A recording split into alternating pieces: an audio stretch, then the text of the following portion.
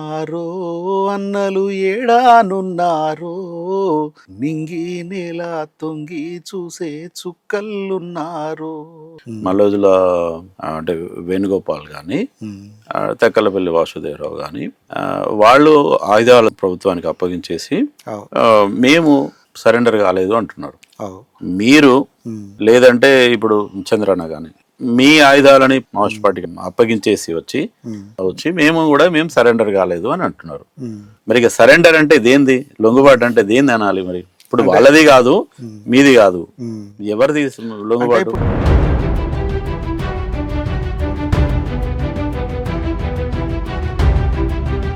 Maoist పార్టీలో కూడా కులానికి సంబంధించిన ఒక వివక్ష ఉంది, అగ్రవర్ణాలకు సంబంధించిన ఆధిపత్య ధోరణి ఉంది.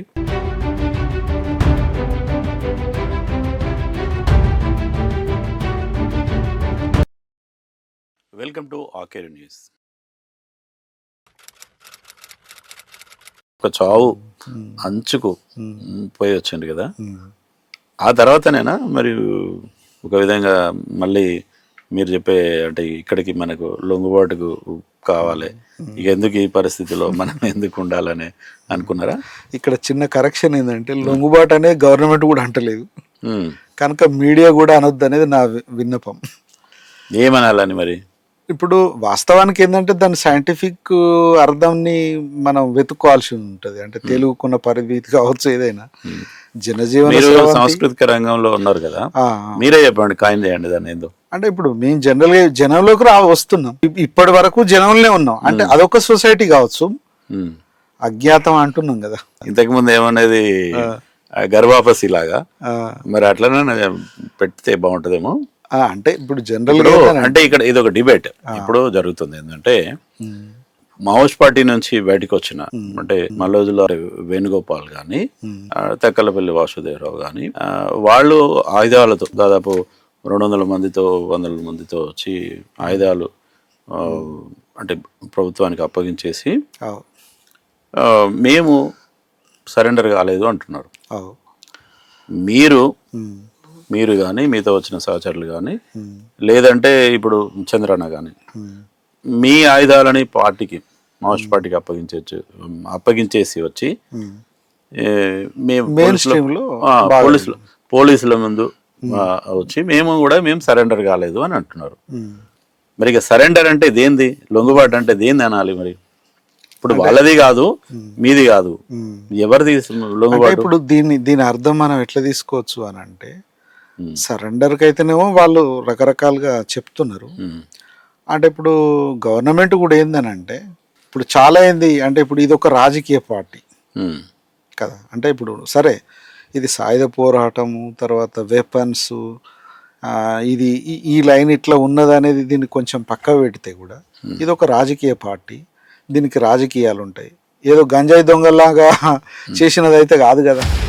ఇప్పుడు గవర్నమెంట్ ఏమంటుంది, ఇది ఒక సామాజిక రాజకీయ ఆర్థిక పరిస్థితి నుంచి నక్సలిజం పుట్టింది అనేది ఎట్లయితే అంటున్నారో, దీనికి ఇన్ని నేపథ్యాలు ఉన్నప్పుడు దీన్ని కేవలం సరెండర్ అనే ఒక చిన్న దాంట్లో ఇరికించడం అనేది సరిగా ఉండదు అనేది నా భావన, అంటే నా ఒపీనియన్. ఓకే. తర్వాత డిపార్ట్మెంట్ కావచ్చు, అంటే గవర్నమెంట్ కూడా ఏమంటున్నదంటే ఆ పాలసీలో ఫస్ట్ అట్లా ఉంది కనుక దాన్ని అట్లనే నిర్వచించిండ్రు. కానీ కాకపోతే ఏంటంటే మనోభావాల్ని దృష్టిలో పెట్టుకొని, మా మనోభావాల్ని దృష్టిలో పెట్టుకోవచ్చు, లేదా ప్రజల మనోభావాల్ని దృష్టిలో పెట్టుకొని Jain in the main stream అంటున్నారు ఇప్పుడు ప్రస్తుతం.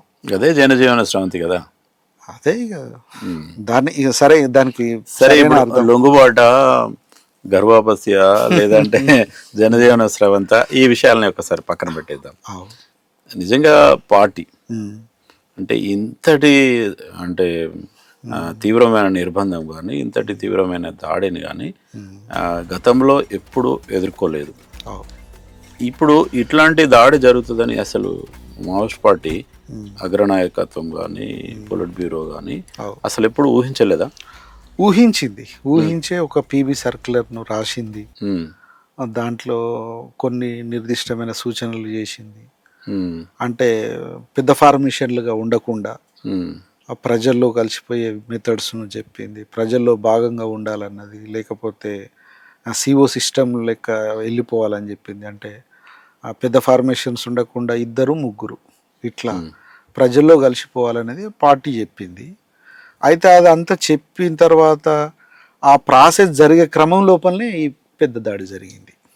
కాకపోతే ఇక ఇప్పుడు మనం సమీక్షించుకోవాలంటే ఏంటిది అంటే పార్టీ సమీక్షించుకుంటుంది కావచ్చు బహుశా, అది ఇంకా కొంత ముందే తీసుకోవన్నా లేకపోతే అది ముందే ఇంకా దాన్ని గమనించాల్సింది ఉండేనా అనేది అది పార్టీ ఆలోచించుకుంటుంది.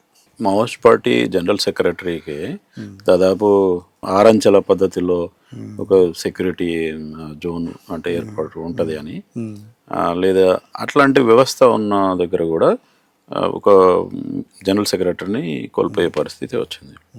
అంటే ఏం ఫెయిల్యూర్ అయి ఉంటుందని ఇప్పటికీ దానికి సంబంధించిన సమాచారం మాకు తెలియదు. ఎందుకంటే ఇంద్రావతి అవతల అది, ఇంద్రావతి యువతల మేము ఉన్నాం.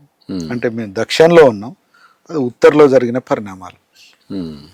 ఒక జనరల్ సెక్రటరీ జనరల్గా ఏందనంటే మాకు తెలిసిన సమాచారం ఏంటంటే తనను ఒక 3 సంవత్సరాల క్రితమే ఇంకా కొంత ముందే షిఫ్ట్ చేయాలనేది.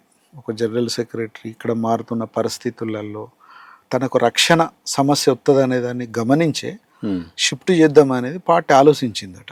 అంటే ఇప్పుడున్న ప్లేస్ అంటే ఇప్పుడు అది సీసీ వ్యవహారం కనుక అది చాలా మీకున్న అవగాహన మీకున్న సమాచారమే మీరు మాట్లాడారు. అదే అది చాలా సీక్రెట్ విషయం, తర్వాత అది అంతర్గత విషయం కనుక మాకు తెలిసిన సమాచారం అంటే మాకు చాలా తక్కువ తెలుస్తుంది కదా. అడిగినప్పుడు కొంత సమాచారం ఏం చెప్పిండ్రు అంటే ఒక 3 సంవత్సరాల క్రితమే ఆల్రెడీ షిఫ్ట్ చేయాలి అని చెప్పేసి అనుకున్నారు.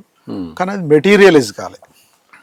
ఇక అది ఎందుకు కాలేదు, తను పోనన్నాడా లేకపోతే కారణాలు ఏంటి అనేది నాకు తెలియదు. ఓకే, అంటే కొంత రక్షణ ఉన్న ప్రాంతానికి బదిలీ చేద్దాం అనేది ప్లాన్ చేసిండ్లట. ఇది మేము అడిగినప్పుడు మాత్రమే ఈ సమాచారం మాకు తెలిసింది. ఇక అంతకు మిక్కిలి అక్కడ కనీసం అసలు ఎట్లా జరిగింది ఏంటిది అనేది కూడా మాకు తెలియదు. ఓకే, తర్వాత ఇప్పుడు అంటే సాయుధ పోరాట తాత్కాలిక విరమణ తర్వాత జరిగిన చర్చ అదంతా ఉంది కదా, ఆ పరిణామాల్లో నిజానికి మారుతున్న కాలానుగుణంగా మనం మారలేదు, తప్పనిసరి మనం తాత్కాలికంగానైనా సాయుధ పోరాట విరమణ చేయాలి అనే లక్ష్యంతో అంటే మనకు సోను, మల్లోజుల వేణుగోపాల్, ఆ తర్వాత రూపేష్, అదే ఆశన్న ఒక నిర్ణయం తీసుకొని వచ్చాను. ఇది అంటే నిజంగానే పార్టీ తీసుకున్న నిర్ణయమేనా లేదా కొద్ది మంది తీసుకున్న నిర్ణయమా? యాక్చువల్గా మేము కర్రగుట్ట తర్వాత మేమైతే మా టీం మాదొక ప్లాటూన్ ఉంటుంది, మేము గోదావరి దాటి వచ్చినాం. ఈ స్టేట్మెంట్ ఏంటంటే ప్రజలందరికీ తెలిసి 2 రోజుల తర్వాత మాకు తెలిసింది. మేము స్టన్ అయిపోయినాం. అరే మనకు ఒక మాట కూడా చెప్పలేదు కదా మరి సీసీ, ఇట్లాంటిది ఒకటి ఉందనేది కూడా తెలియదు మాకు. ఇప్పుడు మీరు నమ్మితే నమ్మొచ్చు లేకపోతే లేవచ్చు కానీ అసలు మాకు తెలియదు. చివరికి ఏంటంటే మేము మళ్ళీ ప్రజల ద్వారా తెలుసుకుంటే ఏంటంటే ఆ పేపర్ తెచ్చుకొని తర్వాత కొన్ని డౌన్లోడ్స్ తెప్పించుకొని చూస్తే ఈ స్టేట్మెంట్ ఇవన్నీ ఉన్నాయి.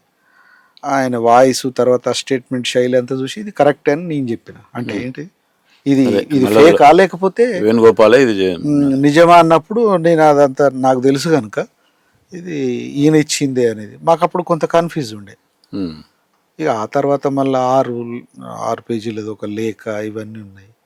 తర్వాత 22 పేజీలది అనేది మాకు అసలు తెలియదు. తెలియంది నేనైతే ఏం చెప్పలేను.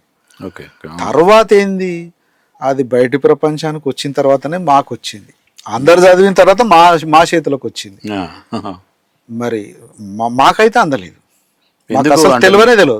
మీకు అందకుండా ఎట్లా నిర్ణయాలు ఉంటాయి? నిజానికైతే కింది స్థాయిలో ఒక పైన స్థాయిలో తీసుకున్న నిర్ణయం కింది స్థాయిలో సర్క్యులేట్ అవుతుంది కదా. కరెక్ట్, సర్క్యులేట్ అయిన తర్వాత కదా ఒక డెసిషన్ తీసుకు. మాకు తెలియదు అది. అంటే అసలు వాస్తవానికి కమ్యూనికేట్ అంటే వాళ్ళు కూడా చెప్తున్నారు కమ్యూనికేషన్. మీరు DKSZC ఒక స్టేట్ కమిటీ మెంబర్, మీ స్థాయిలోనే మీకు తెలియదు.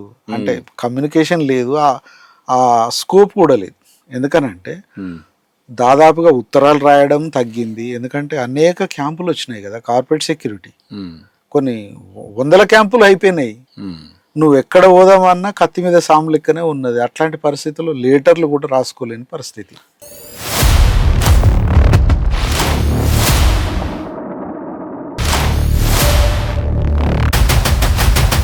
సోను కానీ ఆశన కానీ చెప్పేది ఏంటంటే ఇది మేము ఇద్దరం తీసుకున్న నిర్ణయం కాదు, ఇది party general secretary Nambala Keshavarao alias Basavaraju తీసుకున్న నిర్ణయమే ఇది, మేము సొంతంగా తీసుకున్నామని ఇప్పుడు ఆయన లేడు కాబట్టి మా మీద చెప్తున్నారు అని అంటారు. మీరేమనుకుంటున్నారు? మాకేం తెలియదు అని అంటే నేను దాని మీద ఎట్లా కామెంట్ చేస్తా?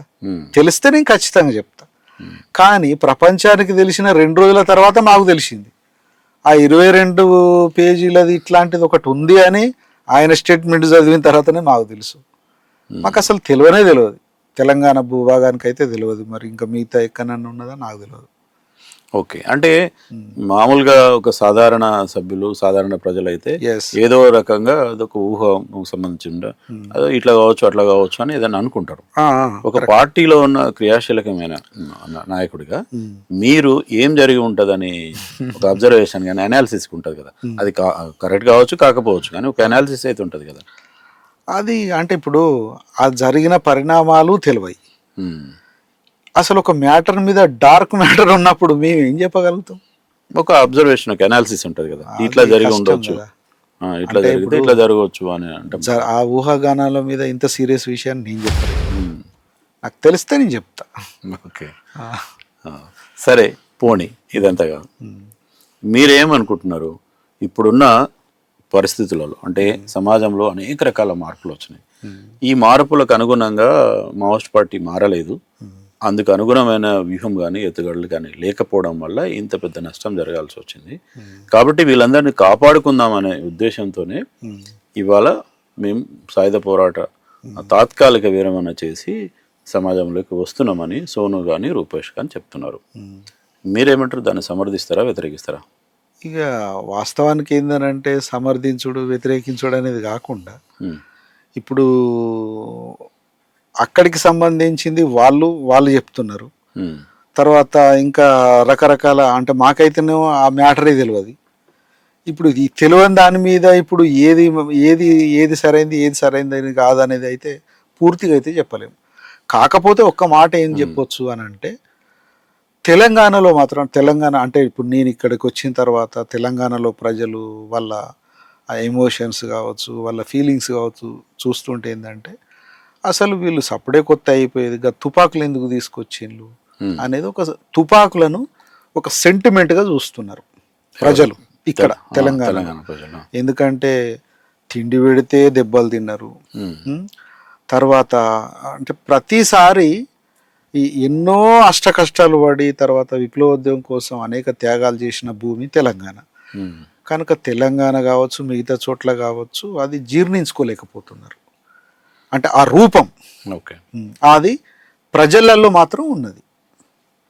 ఇక అక్కడ జరిగింది ఏంటిది ఇదేంటిది అంటే నేను చెప్పలేను. ఓకే, ఆ జరిగిన విషయాలని మనం పక్కన పెట్టేస్తే తుపాకులు తీసుకొని రావడము కరెక్టే కాదా? మీరేమనుకుంటున్నారు? కరెక్టే కాదా అంటే ప్రజలు అనుకుంటున్నారు కదా. ఇప్పుడు నేను అన్న కదా ప్రజల్లో మాత్రం ఇది సీరియస్ ప్రజల్లో ఉన్నది, ప్రజల మనోభావాలు. డికేజెడ్సీ మెంబర్ గా మీరేమనుకుంటున్నారు? అది కరెక్టా కదా? ఇక మేమేమనుకుంటాం అంటే ఇప్పుడు సోను నేను మాత్రం ఇప్పుడు ఒక అంటే ఏంటిది ఒక ప్రజాస్వామిక అంటే రాజ్యాంగబద్ధంగా నేను వచ్చిన నేనేమో ఇప్పుడు మీరు అయ్యటూరు నగరం జంగల్లో ఉండి నన్ను ఇంటర్వ్యూ చేస్తలేరు, మీ ఇంటికానికే వచ్చి నేను ఇంటర్వ్యూ వస్తున్నా కనుక నేను దాని మీద ఎందుకు చెప్తా? అంటే మీకు ఒక అభిప్రాయం ఉంటుంది? లేదు, నా అభిప్రాయం ఏది ఉన్నప్పటికీ కూడా అంటే మీ అభిప్రాయం ఇది అని అనుకోవచ్చా? ఎందుకంటే మీరు మావోయిస్ట్ పార్టీకి మీ తుపాకీని అప్పగించేసి వచ్చారు, అదే కరెక్ట్ అని నేను అనుకుంటున్నాను. ఎవరైనా అదే చేస్తే బాగుంటుంది అని అనుకుంటున్నారా? అనుకుంటున్నా. అదే ఆన్సర్ కదా. అంతే. ఇంకా జనరల్గా ఏందనంటే ఇప్పుడు పార్టీ ఒక పద్ధతి ఉన్నది కనుక మరి అప్పుడే అంటే అక్కడ వాళ్ళు ఏమనుకున్నారు తర్వాత ఇక్కడ వీళ్ళు ఏమనుకున్నారు అనేది నాకైతే విషయం తెలియదు. తర్వాత ఇప్పుడు నేనైతేనేమో ఏంటిది రాజ్యాంగ పరిధిలోకి వచ్చినాం, తర్వాత ఒక ప్రజాస్వామిక స్పేస్లో ఉండి నేను ఇంటర్వ్యూ ఇస్తున్నా కనుక నేను ఆ విషయాలలోకి వెళ్ళదలుచుకోలేదు. ఓకే, అంత చిన్న వయసులో మీరు వెళ్ళి 35 సంవత్సరాలు అజ్ఞాతవాసంలో ఒక దండకారణ్యంలో పనిచేసి మళ్ళీ తిరిగి రావడానికి ఏమైనా ప్రత్యేకమైన కారణం ఉందా? ప్రత్యేక కారణం అంటే ఇప్పుడు వాస్తవానికి ఏంటంటే విప్లవోద్యమం ఇప్పుడు దీనికి అనేక సమాధానాలు ఉంటాయి. దీన్ని మనం ఎక్కడి నుంచి అర్థం చేసుకోవాల్సి వస్తుందంటే, ఇప్పుడు ఉదాహరణకు ఎల్పిజి పాలసీలు వచ్చినాయి అంటే ఒక సొసైటీ అనేది అది ముందు అంటే అభివృద్ధి చెందాలన్నా లేదా అది వెనక్కి పోవాలన్నా అంతర్గత అంటే ఇప్పుడు కొద్దిగా ఇది అంటే సాహిత్య అంటే కొంచెం థియరిటికల్ భాషలో చెప్పాలంటే చెప్పండి. ఈ అంతర్గత వైరుధ్యాలు అనేటివి కారణం. ఒక సమాజం ముందు పోవాలన్నా వెనక్కి పోవాలన్నా. ఇప్పుడు తెలంగాణలో ఏం జరిగింది, లేదా పాత ఏపీ కావచ్చు, ఇక్కడ కావచ్చు, ఇక్కడ ముఖ్యంగా ఇది తెలంగాణలో జరిగిన పరిణామాలను చూస్తే ఎల్పిజి అంటే గ్లోబలైజేషన్ వచ్చిన తర్వాత, ఈ ఎల్పిజి పాలసీలు వచ్చిన తర్వాత సమాజంలో అనేక మార్పులు జరిగినాయి. ఇది ఏంటంటే ఒక కౌంటర్ రెవల్యూషనరీ ప్రోగ్రామే.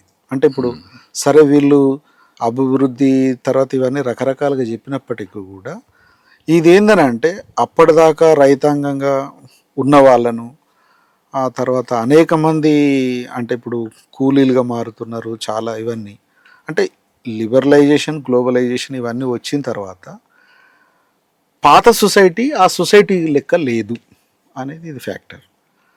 అంటే ఎల్పిజి పాలసీలు వచ్చినాయి, దీని రక్షణ కోసమే, ఈ పెట్టుబడి రక్షణ కోసమే ఎల్ఐసి పాలసీలు వచ్చినాయి. అంటే విప్లవాన్ని ఏ రకంగా అంటే ఇప్పుడు ప్రజల తిరుగుబాట్లను ఏ రకంగా మనం అంటే దాన్ని హోల్డ్ చేయాలనేది వాళ్ళు అనుకున్నారు. కనుక ఇవి రెండు అంటే ఎల్పిజి పాలసీలకు అనుగుణంగానే ఎల్ఐసి పాలసీ వచ్చింది. ఇక్కడ అనేక అంటే ఒక దిక్కు అభివృద్ధి పేరుతోటి ఇవన్నీ జరిగినాయి, ఇంకొక దిక్కు ఫోర్సెస్ రకరకాల చట్టాలు తర్వాత ఇవన్నీ వచ్చినాయి. అంటే క్రమక్రమంగా ఏంది అని అంటే సామ్రాజ్యవాదుల పెట్టుబడి లేదా కార్పొరేట్ల చేతుల్లోకి పోయింది ఆర్థిక వ్యవస్థ. ఇక ఈ అంటే ఇప్పుడు డైరెక్ట్ సామ్రాజ్యవాదం డీల్ చేస్తున్న సందర్భంలో సొసైటీలో అనేక మార్పులు అయితే జరిగినాయి. ఇక్కడ గతంలో ఇప్పుడు నేను పోయినా కదా, మా ఊరును నేనే గుర్తుపట్టను ఈ 30 సంవత్సరాలలో. కానీ ఇదివరకు అన్ని గుడిసెలు ఉండేటి, ఇప్పుడు గుడిసెలే లేవు.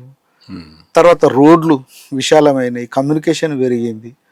ఇంకొకటి ముఖ్యంగా ఇప్పుడు యాడ్ చేయాల్సింది కంప్యూటర్ యుగం కూడా పోయి ఏఐ యుగం వచ్చింది, క్వాంటమ్ టెక్నాలజీ వస్తున్నది. అంటే క్వాంటమ్ యుగంగా మారబోతున్నది, ఏఐ యుగంగా వస్తున్నది. మరి ఇట్లాంటి పరిస్థితులలో మేము కూడా మారాలన్నా మరి మారొద్దా?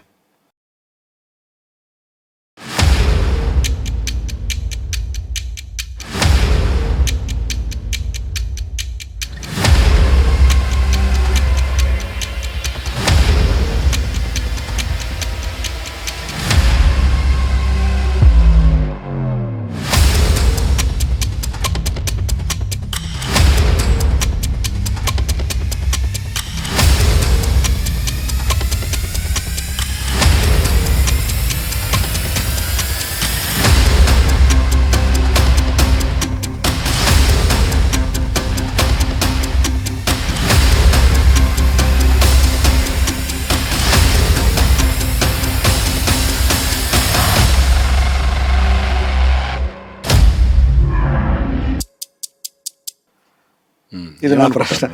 మారాలని నేను చెప్తున్నా. అంటే మారడం అనేది ఎటువైపు ఎవరి వైపు? ఈ మార్పు అనేది నిజంగా ప్రజల కోసం ఉపయోగపడేదా, కేవలం కొద్ది మంది పెట్టుబడిదారులకు ఇంకా వాళ్ళకు ఉపయోగపడేదా అనేది కదా. అయితే ఈ మార్పుని ఏం మారాలి నిజంగానే? సిపిఐ మావోయిస్ట్ పార్టీలో ఏం మారాల్సి ఉండే, ఇప్పుడు ఫ్యూచర్లోనే ఏం మారాల్సి ఉన్నది? ఇప్పుడు వాస్తవానికి ఏంటంటే మావోయిస్ట్ పార్టీ అంటే ఇప్పుడు జనరల్గా ఏంటంటే ఇప్పుడు దానికి కాంగ్రెస్ జరుపుకునే పరిస్థితి అంటే మహాసభ ఆ పరిస్థితి ఉంటే, లేకపోతే ఇంకా ప్రజాస్వామ్యబద్ధంగా ఇంకా రకరకాల చర్చలు జరిపే ఒక అవకాశం ఉంటే అది చాలా మార్చుకునేది తన వ్యూహమెత్తుగడల్ని కూడా. అంటే ఇప్పుడు వాస్తవానికి ఏంటంటే ఏం మారాలి అన్నప్పుడు ఇప్పుడు నేను చెప్పినంత మాత్రాన్ని ఇవన్నీ అంటే రకరకాల కాదు. కానీ ఎనాలిసిస్ ప్రకారం ఏంటంటే ఇప్పుడు మావోయిస్ట్ పార్టీ ఏంటంటే దానికి ఒక స్ట్రక్చర్ ఉంది, దానికి ఒక నియమ నిబంధనావళి ఉంది. అది కింద సానుభూతి పరం నుంచి మొదలై పిఎంస్, ఏరియా కమిటీలు, తర్వాత కేంద్ర పొలిట్ బ్యూరో మెంబర్ వరకు ఒక స్ట్రక్చర్ ఉంటుంది. ఆ స్ట్రక్చర్ ఏందనంటే అక్కడ ప్రతి ఒక్కదాన్ని చర్చించబడుతుంది. అది చర్చించి అంటే ఇప్పుడు వర్గ విశ్లేషణ జరిపి ఇప్పుడు దేశంలో ఉన్నటువంటి ఉత్పత్తి విధానం ఏంది, దీనికి అనుగుణంగా రాజకీయాలు ఏంది, సంస్కృతి ఏంది, మార్పులేంది, వీటన్నిటి మీద ఆధారపడి వ్యూహం ఎత్తుగడలు అనేటివి రూపొందించబడుతుంది అక్కడ. కానీ ఇప్పుడు ఏమైపోయిందనంటే ఈ నిర్బంధం మూలంగా కావచ్చు, వీటన్నిటి మూలంగా అది చాలా సమస్యగానే మారిపోయింది. దాంతో అంటే సమన్వయం దిగిపోయింది, ఒక కాన్ఫరెన్స్ జరుపుకోలేని పరిస్థితి, తన వ్యూహం ఎత్తుగడల్ని మళ్ళా ఇంకా రూపొందించుకోలేని ఒక పరిస్థితి. అది నెట్టబడ్డ తర్వాత ఏంటంటే చాలా ఈ ప్రాబ్లమ్స్ అన్నీ ఇప్పుడు వచ్చేసినాయి. కానీ ఒక రకంగా చెప్తే ఒక 5 సంవత్సరాల క్రితం ఇంకా కొంత ముందే ఇవన్నీ కనుక జరుపుకొని ఉంటే, తర్వాత ఆ పరిస్థితి కనుక ఉంటే ఇంకా కొంచెం బెటర్గా ఉండేమో బహుశా, అంటే నేను అనుకుంటున్నా. ఇలాంటి వాతావరణం రాకపోయి ఉండొచ్చేమో అనుకుంటున్నా. ఓకే. తర్వాత మీరు అడిగిన ఇంకొక క్వశ్చన్ ఉంది కదా, అంటే మరి ఏమిటిది రూపం అని అంటున్నారు కదా. వాస్తవానికి ఏంటంటే ఇప్పుడు టెక్నాలజీ తర్వాత ఇవన్నీ పెరుగుతున్న సందర్భంలో మరి ఏ రూపం తీసుకుంటాము అనేది అది పార్టీకి సంబంధించిన విషయం అవుతుంది. వాళ్ళు ఆలోచిస్తారు. కానీ నేను మాత్రం ఆలోచించేది ఏంటంటే ఇప్పుడున్న ప్రజాస్వామిక వ్యవస్థ అంటే ఇది ఇక దీంట్లో ఈ ప్రజాస్వామిక వ్యవస్థలో మరి ఇవన్నీ సాధ్యమైతాయా కాదా, తర్వాత ఇదాదా అంటే అది కొన్ని ప్రాబ్లమ్స్ ఉండొచ్చు. కానీ ప్రజలు చైతన్యవంతమయ్యేంత వరకు అంటే ఏదైనా విప్లవం, అసలు మార్క్సిజం ఏం చెప్తున్నదంటే ఆ ప్రజలు వాళ్ళంతటి వాళ్ళు అంటే ఇప్పుడు వాళ్ళకు అసలు వివిధ సమస్యలు ఉన్నప్పుడు వాళ్ళే లేస్తారు కదా. విప్లవం అనేది వాళ్ళది, ఫ్యూచర్ అనేది వాళ్ళది. కనుక ప్రజలు లేచినప్పుడే ప్రజలు అంటే మాకు విప్లవం కావాలని వాళ్ళు కోరుకున్నారు. ఇప్పుడు తెలంగాణ ఎట్లొచ్చింది, మాకు తెలంగాణ కావాలని అందరూ బలంగా విశ్వసించి ఆ నిధులు నియామకాలు కావాలని గట్టిగా అనుకుంటే కదా వచ్చింది. గట్టిగా ఎట్లా అనుకుంటారు అంటే గట్టిగానే అంటే ఇప్పుడు వాళ్ళు అనేక పోరాటాలు అనేక త్యాగాలు చేస్తే కదా వచ్చింది. అంటే ఎంతో కాలంగా ప్రజల మనసులో ఉన్నప్పటికీ కూడా దాన్ని ఇగ్నైట్ చేసి దాన్ని ఒక ఉద్యమంగా ఒక రూపానికి తీసుకొచ్చి నడిపించే ఒక పార్టీ లేదా మొబిలైజ్ చేసే ఒక నాయకత్వం ఉన్నప్పుడే కదా అది సాధ్యమయ్యేది. కానీ మనసులో ఎంత అంటే నిధులు నియామకాలు ఎన్ని కావాలనుకున్నా ఎంతటి అసంతృప్తి ఉన్నా నాయకత్వం ఉండాలి కదా ఒకటి. ఆ నాయకత్వం అంటే ఇప్పుడు వాస్తవానికి ఏంటంటే భారతదేశంలో అనేక మార్గాలు ఉన్నాయి. ఇప్పుడు ప్రతిదాన్ని కూడా ఏంటంటే అధ్యయనం చేస్తూ ఆ రూపాన్ని తీసుకోవడం అనేది ముఖ్యమైనది. ఇప్పుడు 50 సంవత్సరాల విప్లవోద్యమ అనుభవం దీనికి ఉంది. ఆ తర్వాత ఇంకా ఏ రకంగా ఇప్పుడు మన చంద్రన్న కూడా అన్నాడు కదా, వ్యూహం అవసరం అనుకుంటే వ్యూహంలో కూడా మార్పు చేసుకోవాల్సిన అవసరం ఉన్నది అని చెప్పేసి తన ఆ ఇంటర్వ్యూలో చెప్పిండు కదా. నిజానికి కూడా ఏంటంటే వ్యూహం మార్చుకున్నప్పుడు రూపం కూడా మార్చుకోవాల్సి వస్తుంది. అది ఏ రూపం మార్చుకుంటే బాగుంటుందని నేను చెప్పలేను, పార్టీ డిసైడ్ చేస్తుంది, మహాసభ డిసైడ్ చేస్తుంది. ఆ పార్టీ ఎట్లా డిసైడ్ చేస్తుంది అంటే తిండి పెట్టిన ఒక సానుభూతి పరి నుంచి మొదలుపెట్టి జైల్లో ఉన్నోళ్ళ నుంచి మొదలుపెట్టి ప్రజల మనోభావాలనంతా ఒక క్రోడీకరించి దాన్ని అక్కడ ఎన్కరేజ్ చేస్తారన్నట్టు. అట్లా అప్పుడు ఆ రూపం తీసుకుంటుంది. అంటే ఒక ప్రజాస్వామ్య పార్టీగా అది సంతరించుకొని అందరి భావాల కలపోతగా అది తీసుకుంటుంది. ఓకే, నేనైతే దాన్నే విశ్వసిస్తున్నా. అంటే ఒక కాంగ్రెస్ జరుపుకోవాలనేది, తర్వాత ఆ కాంగ్రెస్ అంటే ఈ కాంగ్రెస్ పార్టీ కాదు, అత్యున్నత ఒక మహాసభ జరగాలని సమావేశం. అట్లా జరిగిన నాడు ఏమవుతుంది అని అంటే వాళ్ళు ఏదో ఒక నిర్ణయం తీసుకుంటారు. దానికన్నా అంటే ప్రజల మనోభావాలను లేదా ప్రజల కోరికలను అక్కడ అవి ప్రతిబింబ చేస్తారు. దానికి అనుగుణంగా రూపం తీసుకుంటారు. ఓకే, మావోయిస్ట్ పార్టీ ఏ రూపం తీసుకుంటుందో వాళ్ళకు వదిలిపెట్టేది. కానీ ఇప్పుడు మీరు చెప్పండి, మావోయిస్ట్ పార్టీకి సంబంధించిన జనరల్ సెక్రటరీ ఎవరు? నాకు తెలియదు. మీరున్నంత కాలం నాకు తెలియదు అసలు. అంటే నాకు అసలు తెలియనప్పుడు అంటే చంద్రన్న అయితే క్లియర్ డిక్లేర్ చేసిండు కనుక మరి దేవ్జీ అని అంటున్నాడు. నాకైతే తెలియదు. నేను వచ్చేంత మట్టుకైతే నాకు తెలియదు. అయితే ఇక్కడ అంటే ఈ అంశం మీద ఆధారపడే ఇతర పరిణామాలకు సంబంధించిన ఒక చర్చ ఉంటుంది. అంటే మావోయిస్ట్ పార్టీలో కూడా కులానికి సంబంధించిన ఒక వివక్ష ఉంది, అగ్రవర్ణాలకు సంబంధించిన ఆధిపత్య ధోరణి ఉంది. దాంట్లో భాగంగానే అంటే నంబల కేశవరావు పార్టీ జనరల్ సెక్రటరీగా ఉండి ఎన్కౌంటర్లో చనిపోయిన తర్వాత దేవ్జీ అంటే తిప్పిరి తిరుపతి అనే ఒక దళితుడు మావోయిస్ట్ పార్టీకి జనరల్ సెక్రటరీగా అయ్యే అవకాశాలు ఉండడము లేదా అయ్యిండనడం, దీని తర్వాత ఆయన ఆధిపత్యంలో పనిచేయలేకపోవడం వల్లనే ఇప్పుడు అనేక రకాల థియరీస్తో బయటకు వచ్చిండ్రు. అంటే మల్లోజుల వేణుగోపాలరావు ఆయన ఒక బ్రాహ్మణ్, అదే తక్కలపల్లి వాసుదేవరావు ఒక వెలమ. అది నేను సమర్థిస్తున్నానని చెప్పినప్పటికి కూడా ఇప్పుడు చంద్రన్న ఒక వెలమ, అంటే పుల్లూరి ప్రసాదరావు ఒక వెలమ. అదేవిధంగా అంతకుముందు వచ్చిన వాళ్ళల్లో కూడా ఇట్లా ఈ అగ్రవర్ణాలకు సంబంధించిన వాళ్ళు కారణాలు ఏమైనప్పటికీ కూడా కేవలం తిప్పిరి తిరుపతి అనే ఒక దళితుడి నాయకత్వాన్ని యాక్సెప్ట్ చేయక వల్లనే ఇదంతా జరిగింది అనేది ఒక ప్రచారము, పెద్ద ఎత్తున చర్చ జరుగుతుంది. పర్టికులర్గా తెలంగాణలో అయితే ప్రతి చిన్న అంశము, మావోయిస్ట్ పార్టీలో జరిగే ప్రతి పరిణామాన్ని తెలంగాణలో తన ఇంట్లో జరిగే ఒక పరిణామంగానే చూసి ఒక చర్చ చేస్తారు. ఇదైతే ఒక చర్చ ఉన్నది. మీరేమంటారు? ఇప్పుడు దీన్ని ఏందనంటే వాస్తవానికి ఈ సెక్రటరీల గొడవ జనరల్గా అయితే పార్టీలో ఉండదు. అంటే ఆ కల్చరే పార్టీది కాదు. నువ్వు ఉంటావా నేను ఉంటావా, ఇదివరకు మరి ఎట్లా జరిగింది అనేది కమ్యూనిస్ట్ పార్టీలలో ఈ గొడవలు ఉన్నాయి. కానీ మావోయిస్టు పార్టీలలో ఈ పోస్టుల కోసం పార్టీని చీల్చేది అయితే లేదు. ఇది నేను బల్లగుద్ది చెప్తా. అంటే 100% అట్లా ఉండదు. అక్కడక్కడ కొన్ని డామినేషన్ అవశేషాలు ఉంటాయి, కంపల్సరీ ఉంటాయి. కానీ ఈ స్థాయిలో ఉంటాయా అన్నది, ఈ స్థాయిలో ఉండే అనేది అంటే నేను బలంగా నేను చెప్పగలుగుతా. ఈ స్థాయిలో ఉండయి. కాకపోతే ఏందనంటే ఇప్పుడు ఉదాహరణకు పార్టీలో ఇప్పుడు ఇది వర్గ పొందిక కదా. ఒక అగ్రవర్ణం నుంచి వచ్చిన అతను, ఆయన ఏంటిది కొద్దిగా ఎక్కువ చదువుకుంటాడు, ఆయన నలుగురితోటి కొంచెం డామినేషన్గా ముందే ఆయన మాట్లాడతాడు. కనుక ఆయన పార్టీలోకి వచ్చిన తర్వాత కూడా అట్లనే ఉంటాడు కదా. అంటే ఆయన మంచి కమాండర్ కావచ్చు, మంచి బెటర్ పర్సనే కావచ్చు, కానీ కాకపోతే ఆయనకు ఆ టాలెంట్ ఎట్లాగో ఉంటుంది. ఇప్పుడు ఇంకొక ఆయన కింది వర్గం నుంచి వస్తాడు, కొంత ఆత్మనున్యత భావం ఉంటుంది, ఎక్కువ మాట్లాడు, చాలా ఒక రకంగా ఉంటాడు.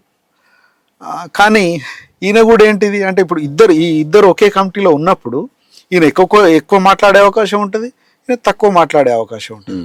కానీ కొంచెం ఎక్కువ తక్కువ లేకపోతే అక్కడ ఉంటదే తప్ప మాటలు నిర్ణయించవు. కానీ పనిలో కావచ్చు లేదా ఇంకా మిగతా సందర్భాలలో కావచ్చు, బయట సమాజంతో పోల్చుకుంటే పార్టీలో చాలా డిఫరెన్స్ మనం ఊహించలేము. ఎందుకంటే చాలా అంటే ఇప్పుడు అది పదవి రావచ్చు, పదవి విషయంలో కావచ్చు, మిగతా విషయాలలో కావచ్చు, కుల వివక్ష అనేటువంటిది మనకు కనిపించదు. భావజాలంగా అక్కడక్కడ ఇప్పుడు గదే మాటలలో కావచ్చు, అక్కడ కనిపించకుండా ఉండే అవకాశాలు ఉంటాయి. అది ఉంటది. అప్పుడప్పుడు దెప్పి పొడవడం కావచ్చు, లేకపోతే కల్చర్ విషయంలో కావచ్చు. 4 సార్లు ఆయన తెల్లారులే, ఇప్పుడు బ్రాహ్మణు ఉన్నాడు అనుకో, ఆయన కొంచెం శుభ్రత ఎక్కువ ఉంటది, 4 సార్లు ముఖం కడుక్కుంటాడు లేదా స్నానం చేస్తా అంటాడు. మిగతా వాళ్ళు కొద్దిగా కార్మిక వర్గం నుంచి వచ్చిన వాళ్ళు, కింది వర్గం నుంచి వచ్చిన వాళ్ళు, అంటే హైజిన్ ఇప్పుడు అందరూ హైజిన్ విషయంలో అందరూ ఉన్నప్పటికీ అంటే ఈయన కూడా ఏం చేస్తాడు అని అంటే కొంచెం తేడాలు ఉంటాయి, గట్ల ఉంటాయి తప్ప మొత్తంగానే అంటే చాలా డిఫరెన్స్ ఉంటాయి. మరి ఇట్లా ఉన్నప్పుడు ఈ సమాజాన్ని అర్థం చేసుకోవడం అది కదా. నేను ఈ వర్గం నుంచి వచ్చిన, నేను డీక్లాసిఫై కావాలి అనేది అర్థం చేసుకోవడమే కదా ఉండాలి. అదే కదా చైతన్యం అంటే. కానీ నేను 4 సార్లు కడుక్కుంటాను, నువ్వు 2 సార్లు కడుక్కుంటున్నావు, నువ్వు ఒకసారి కడుక్కుంటున్నావు అనే ఒక అవశేషం ఉంటే అది నాయకత్వ స్థాయిలో ఎందుకు ఉండదు? అదే ఇప్పుడు మనం ఇది ఉండడం నిజమే అయితే అది ఉంటది కదా. ఒక ఉన్నత వర్గాల నుంచి వచ్చినప్పుడు, పెట్టి బుర్జో సెక్షన్ నుంచి వచ్చినప్పుడు మనం ఏం చెప్తామంటే వాళ్ళకు డీక్లాసిఫై చేయడం కోసం వాళ్ళను ఒక 6 నెలలు కావచ్చు, ఇంకా కొంత టైం పెడతా ఉంటాం. చాలా మంది డీక్లాసిఫై అయ్యారు. ఇప్పుడు ఈ 6 నెలలు 3 నెలలు వచ్చిన వాళ్ళు కాదు కదా. కాదు చాలా మంది మనం మాట్లాడుకునేది పొలిట్ బ్యూరోలో జరుగుతున్న పరిణామాలకు సంబంధించింది. కులం అనేది ప్రధానమైన సమస్య అయింది. ఆ కులం యొక్క ఆధిపత్యమే ఇవాళ ఈ పార్టీ మొత్తం ఇట్లా నేను అనుకుంటాను తప్పు అని. మీరేమనుకుంటున్నారు అనేది అది శుద్ధ తప్పు అనేది నేను చెప్పదలుసు. ఎందుకంటే కొన్ని అంటే మొత్తం అవశేషాలు లేవని మాత్రం ఎవరు చెప్తారు, అంటే పార్టీ చెప్తలేదు, నేను చెప్తలేను. ఆ సింటమ్స్ ఉంటాయి కావచ్చు, కానీ అదే నిర్ణయాత్మకంగా ఉంటాయి. అదే చాలా ఇప్పుడు బూర్జో పార్టీలలో ఉన్న తరికాలో ఉంటాయి అనేది మాత్రం అది శుద్ధ తప్పు. ఓకే, మీరు ఒక బీసీ వర్గానికి సంబంధించిన వ్యక్తిగా ఇదే ఈ అవశేషాల పరిణామాలు మీరేమన్నా ఎదుర్కొన్నారా? నాకు అంటే నేను అంటే వాస్తవానికి ఏంటంటే కొన్ని ఉంటాయి. అంటే ఇప్పుడు మీరు జనరలైజ్ చేయకండి. నేను ఎదుర్కొన్న అయితే నాకు ఎక్కడ అంటే నేను అసలు పార్టీలో ఈ సామాజిక సెక్షన్ తర్వాత సామాజిక విషయాలు అసలు ఆ జోలికే పోం. నేనైతే అంటే నాకైతే నేను స్వయంగా ఎదుర్కొన్నది ఏం లేదు. అయితే ఇంకెక్కడన్నా బహుశా అంటే మనం మొత్తం ఒక ఎనాలిసిస్ కనుక చేస్తే, ఒక ఎక్స్రే చేస్తే కొన్ని ఉండొచ్చు, కానీ చెప్పదగ్గ స్థాయిలో ఉంటాయి అనేది మాత్రం లేదు. ఎట్లయినా ఈ సమాజం నుంచి వెళ్ళిన వాళ్ళు కాబట్టి దీనికి సంబంధించిన కొన్ని అవశేషాలు ఉంటాయి. ఎందుకంటే ఇప్పుడు గమ్మత్ ఏంటంటే అసలు పార్టీలో ఎంత అద్భుతంగా ఉంటుందంటే కల్చరు. ఇప్పుడు నేను ఉదాహరణ మన ఈ దళాన్ని తీసుకుంటా, ఏది అన్నసాగర్, ఎందుకంటే మన వరంగల్ది కనుక. అన్నసాగర్ దళంలో మీరేమో దళిత పదే అంటున్నారు కదా. ఇక్కడ అన్నసాగర్ ఏరియాలో దళ కమాండర్ ఎవరు? కడారాములు. మరి అంతే కదా. ఆ తర్వాత జగన్ అన్న కూడా ఇక్కడ లీడరే కదా. తర్వాత గ్రామాలలో కూడా అసలు నాయకులంతా ఎవరు? మన దళితులే కదా. తర్వాత ఇప్పుడు నేను ఈ దళం ఒక స్ట్రక్చర్ చెప్తా. కమాండర్ ఆయన ఉండేది, డిప్యూటీ ఒక రెడ్ ఆయన ఉండేది, ఒక శాఖ మెంబరు, ఇంకొక బీసీ ఉండేది, ఇట్లా రకరకాలుగా ఉండేది. కానీ వాళ్ళందరూ కలిసి ఒక ఫ్రెండ్స్ లెక్కనే ఇదివరకు అందరూ ఇట్లనే మొత్తం అన్నం అంతా అడుక్కొచ్చిన తర్వాత ఇట్లా పోసుకొని అందరూ ఒకే దగ్గర తినేది. అంటే ఇంత పెద్ద చైతన్యం అనేది మరి అది వేరే జాగాలలో నీకు దొరకదు కదా. అయితే దీనికి ఏం చెప్తారు తెలుసా? ఆల్రెడీ ఇప్పుడు ప్రైమరీ స్కూల్లో ఉన్నప్పుడు కులానికి సంబంధించిన అదంతా ఓకే, కానీ ఈ కులం యొక్క చర్చ, కులం యొక్క వివక్ష ఎక్కడ కనబడుతుంది? యూనివర్సిటీలలో కనబడుతుంది. కరెక్ట్, ఇక్కడ కనపడదు. మీకు ఇప్పుడు దళం అనేది ఒక ప్రైమరీ స్కూల్, అక్కడ అందరం వాయిబాయి అని ఉంటుంది. కానీ అదే యూనివర్సిటీకి వెళ్ళినప్పుడు క్యాస్టే కాదు, సబ్ క్యాస్ట్ కూడా అక్కడ డిసైడింగ్ ఫ్యాక్టర్ అవుతుంది. కాబట్టి ఇక్కడ కమిటీలలో ఉంటది కావచ్చు అనేది అది లీడర్షిప్ లో ఉంటుంది. లీడర్షిప్ కి పోటీ పడ్డప్పుడు యూనివర్సిటీలో ఎట్లయితే ఒక ఈ కులం యొక్క ఇప్పుడు మ్యాటర్ ఎట్లా అవుతుందో అది ఇట్లా ఉండే అవకాశాలు ఉన్నది అనేది ఇప్పుడు చర్చ. లేదంటే చాలా సింపుల్ గా జరిగే విషయాన్ని ఇంత సంక్లిష్టంగా ఎందుకు జరుగుతుంది? దీనికి కారణాలు వేరే ఉంటాయి అనేది నా అంచనా. అంటే ఇది ఏముండవచ్చు, ఇప్పుడు కారణాలు వేరే అని ఇదంతా మనం జరిగేది మన చర్చ. మీ అభిప్రాయమో నా అభిప్రాయం కాదు. ఇది ఏంటంటే మొత్తము తెలంగాణ సమాజంలో జరుగుతున్న చర్చ. ఇది సోషల్ మీడియా వేదికగా అనేక రకాల చర్చ, ఈ ప్రచారం జరుగుతూనే ఉంది. దానికి మీరు ఇంతగా సుదీర్ఘకాలం ఆ పార్టీలో పనిచేసిన వ్యక్తిగా మీ ఆలోచన అభిప్రాయం ఏమున్నదని తెలుసుకోవడానికి మాత్రం ఇది మాట్లాడుతున్నాం. సరే, ఇదంతా ఒకసారి మనం పక్కన పెట్టేస్తే, అంటే మీరు ఇంకా ఒక డిఫైన్ చేయడానికి భారతదేశంలో అనేక రకాల మార్పులు చేసినారంటే మీరు మీ సజెషన్, మీ సూచన, మీ అవగాహన నాకు అర్థమైంది ఏంటంటే ఈ భారతదేశము already CPI Maoist party define చేసినట్టు గా లేదు, పెట్టుబడిదారి సమాజంగా మారింది అనేది ఏమైనా అభిప్రాయం ఉందా మీది? అంటే పెట్టుబడి వాస్తవానికి ఏంటంటే గత కొన్ని రోజుల నుంచి, అంటే ఒక 5-6 సంవత్సరాల నుంచి పార్టీలో అంతర్గతంగా చర్చ జరుగుతుంది. ఇది నేను చెప్పడము తర్వాత ఇంకోళ్ళు చెప్పడం కాదు. ఎంఓపి అనేది మోడ్ ఆఫ్ ప్రొడక్షన్ అని చెప్పేసి ఒక పుస్తకం ఆల్రెడీ సిసి తయారు చేసింది. అందులో కూడా ఏంటంటే భూస్వామ్య విధానం ఇప్పటిదాకా అంటే మావోయిస్ట్ పార్టీ అవగాహన ఏంటి, ఈ భారతదేశం ఏంటిది అని అంటారు? అర్ధవలస అర్ధ భూస్వామ్యం అనేది చెప్తుంది. అయితే ఆ డాక్యుమెంట్లో ఏంటంటే భూస్వామ్య విధానం క్షీణిస్తూ పెట్టుబడిదారి విధాన లక్షణాలు సంతరించుకుంటున్నాయి అనేది ఎక్కువ చెప్తున్నది. ఓకే, అంటే చెప్తుంది దానికి అనుగుణంగా ఎత్తుగడలు కూడా తీసుకోవాలి అనేది ఉంది అందులో. ఇప్పటి వరకు అయితే అది చెప్తున్నది. ఇక దాంట్లో భాగంగా ఇప్పుడు జరుగుతున్న పరిణామాలు కావచ్చు, ఇవన్నీ కావచ్చు, 5-6 సంవత్సరాల నుంచి పార్టీలో అంతర్గతంగా చర్చలు అయితే జరుగుతున్నాయి. ఇప్పుడు మొన్న చంద్రన్ అన్నట్టుగా, లేకపోతే ఇంకా మిగతా కామ్రేడ్స్ చెప్పినట్టుగా అది పార్టీలో అంతర్గత చర్చ జరుగుతుంది, స్టడీ జరుగుతుంది. కొద్ది మంది అయితే నెలల తరబడి అధ్యయనం చేస్తున్నారు. అంటే వర్గ విశ్లేషణ, భారతదేశానికి సంబంధించిన ఏ వర్గాలు, తర్వాత క్యాస్ట్కు సంబంధించింది, అమెండ్మెంట్స్ ఇంకేం చేయాలి, తర్వాత ఉత్పత్తి విధానం ఏమై ఉంటుంది అనేది ఇవన్నీ కొన్ని నడుస్తున్నాయి. కాకపోతే ఏంటంటే అది ఒక పార్టీ మహాసభలు జరుపుకోలేని పరిస్థితి. ఒకవేళ జరుపుకొని దాన్ని వెంటనే అంటే మారుతున్న పరిస్థితులకు అనుగుణంగా అవన్నీ కనుక సక్రమంగా జరిగి ఉంటే చాలా బెటర్గా ఉండేది అనేది నా అభిప్రాయం. ఓకే, ఇంకొక అంటే ప్రచారం కూడా ఉంది. ఆ ప్రచారం ఏంటంటే మావోయిస్ట్ పార్టీ ఎన్నికలలో కూడా పార్టిసిపేట్ చేయాలనేది ఒక చర్చ ఉంది అనేది. మీరున్నప్పుడు ఏమన్నా అట్లాంటి చర్చ ఉండేనా?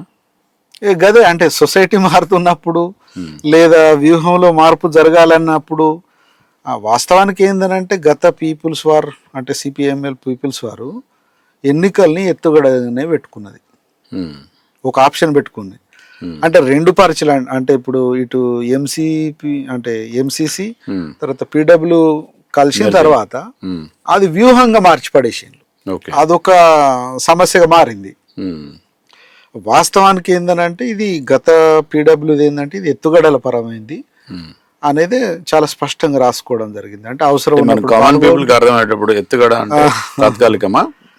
తాత్కాలికంగా, వ్యూహం అంటే మనం దీర్ఘకాలికంగా ఉండదు. ఇది అసలు నువ్వు వ్యూహంలో దాన్ని పెట్టినావంటే దాన్ని అసలు నువ్వు ఎక్కడ దాన్ని మార్చే అవకాశం ఉండదు. డైరెక్ట్ విప్లవం విజయవంతం అయ్యేదాకా దాన్ని అసలు యూజ్ చేసుకోవని చేసుకోలేము. ఏది ఎలక్షన్లోనే ఇక వ్యూహం అయితే కానీ ఎత్తుగడలు అన్నప్పుడు ఏందనంటే మనం ఓడిపోతున్న క్రమంలో కావచ్చు, లేకపోతే ఎలాంటి శక్తులు లేనప్పుడు నీ ప్రచారం కోసమైనా అంటే లెనిన్ తీసుకున్న థియరీ ఉంది కదా, అది ఎత్తుగడల్లో భాగంగా ఉపయోగించుకోవచ్చు. కాబట్టి ఇప్పుడు ఆ దిశగా సిపిఐ మావోయిస్ట్ మరి మా పార్టీ ఏమైనా మార్పులు చేర్పులు అవకాశాలు ఉన్నాయా? అట్లా ఇక అవకాశాలు ఉన్నాయి అనేది ఇప్పుడు మీరు వాళ్ళని అడిగితే మంచిది. నేనెట్లా చెప్పగలుగుతా? మీరు ఉన్నంత వరకు అట్లాంటిది ఏమన్నా ఉండేనా? అట్లాంటిది అయితే ఎన్నికల్లో పార్టిసిపేట్ చేస్తారా లేదా అనేది ఇక ప్రశ్న ఇక్కడ. అంటే ఇప్పుడు అక్కడ రాసుకున్నారు కనుక దాన్ని అది రాసుకున్న దాన్ని మార్చకుండా వాళ్ళు ఏ నిర్ణయం తీసుకుంటారు? అంటే ఈ మధ్యకాలంలో మీరు చంద్రన్న మాట్లాడిన దాంట్లో కూడా మేము అసలు ఆయన ఆయన మాట్లాడిన దాంట్లో మీరు అన్నట్టు అంటే అంతే ఇంత పెద్ద పదాలు మాకు తెలియదు కానీ వ్యూహము ఎత్తుగడలు అని అది కాదు. అయితే చంద్రన్న మాట్లాడిన దాంట్లో కూడా వ్యూహంలో కూడా మార్పు ఉన్నది అనేది మాట్లాడినట్టున్నారు కదా. ఇప్పుడు కదే నేను అంటున్నా కదా, పదే ఏమంటున్నా అంటే ఇది ఒకరిద్దరు తీసుకునే నిర్ణయం కాదు. ప్రజల మనోభావాల్ని దృష్టిలో పెట్టుకోవాల్సి వస్తుంది. అమరవీరుల కుటుంబాల వాళ్ళ మనోభావాల్ని దృష్టిలో పెట్టుకోవాల్సి వస్తుంది. అంటే మొత్తం పార్టీ శ్రేణుల అభిప్రాయాల్ని క్రోడీకరించి తీసుకోవాల్సిన నిర్ణయం. అదొక డెమోక్రటిక్ ప్రాసెస్ జరగాల్సిన నిర్ణయం. అది నేను ఒక్కనే చెప్పడం మూలంగా అది భావ్యం కాదు. ఓకే, మీరు ఈ ఒక మాట చెప్పండి. ఇప్పుడు మీ భవిష్యత్ కార్యాచరణ అంటే మీరు సాంస్కృతిక రంగంలో ఇంతకాలం పనిచేసిండ్రు కాబట్టి తెలంగాణ గవర్నమెంట్ అంటే చాలామంది కళాకారులు తెలంగాణ ఉద్యమంలో పనిచేసిన చాలామంది కళాకారులకు ఒక నెలసరి జీతం లాగా ఇచ్చేసి వాళ్ళు ఒక అవకాశం ఇచ్చాను.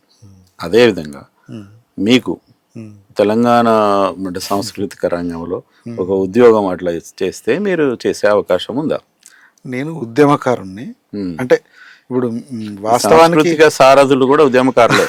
అదే అయితే సరే ఉద్యోగం ఇస్తారా సద్యోగం ఇస్తారా అనేది ఆ ఉద్యోగాన్ని కొంచెం పక్కన పెడితే ఇప్పుడు నేను ఒక 35 సంవత్సరాలుగా నేర్చుకున్న అనుభవం ఉన్నది.